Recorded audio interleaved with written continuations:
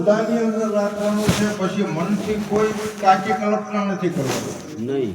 કારણ કે સદગુરુ મહારાજે આપણને કલ્પવૃક્ષ આપ્યું છે અને જો કાચી કલ્પના કરશું ને તો એનું પરિણામ કાચું આવે.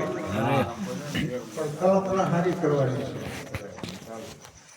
બરાબર. ગુરુ મહારાજ ઘરે આવ્યા ગોરધનભાઈના, ગોરધનભાઈને એવું થયું કે આપણે સત્સંગ સભા અહીંયા ઘરે ઘરે જ હોય છે. હવે હા ઓલો ગુરુવાર મળી નાથાભાઈના ઘરે જાય છે. હા પણ મનની કલ્પના જુઓ તમે. બરાબર. સિદ્ધ કલ્પના શુદ્ધ કલ્પના રાખવી બહુ સારી છે. પછી સત્યની વાત કરી છે કે આ વિના મૂળનો વેલો જો મન વાણી જ્યાં પહોંચી ન શકે,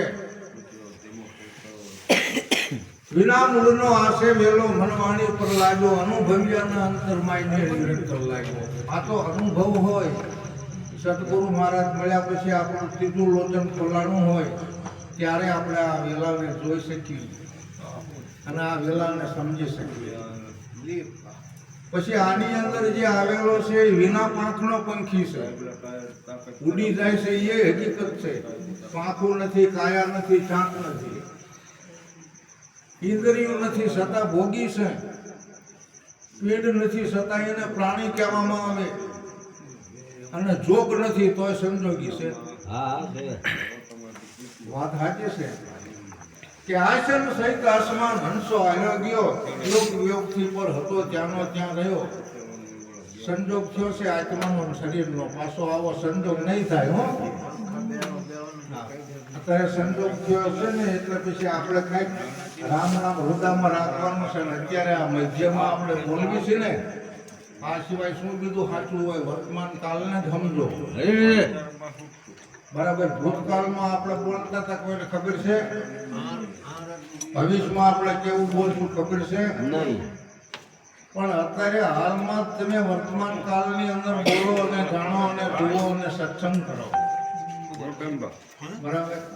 અમારી એક ભાઈ બોલતા કે બોલો બોલો સાયરી સત બોલો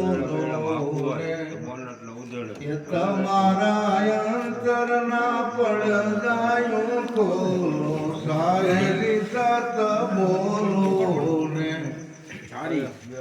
અરે તમે ભાળ્યા વિના શું રે ભાળ્યું નથી અને કેટલી પાખેલી વાતો કરે છે. આમ જુઓ, જોયું છે નહીં? ભાળ્યા વિના હું પાકું. અરે તમે મોઢાઈને સુરે બેઠા મનામાં, એ ગીત મેં ભાળ્યા વિના સુરે ભાકો, સાહેલી સત બોલો ને. એ ભાળ્યા વિનાનું કે ભખાય નહીં. એમાં ઘણી રીતે સમજવાનું છે કે ત્રેતાયુગની વાત કરવી આપણે કરવા જેવી છે, ના નથી, કરવાની છે. પરંતુ કંઈ આપણે જોવામાં નથી આવેલું. અત્યારે હાલમાં જ જે આ મધ્યમાં ઘાટ ઘડાય છે, મધ્યમાં ઘાટ ઘડાય છે. અત્યારે મધ્યમાં જ તમે બોલી રહ્યા છો.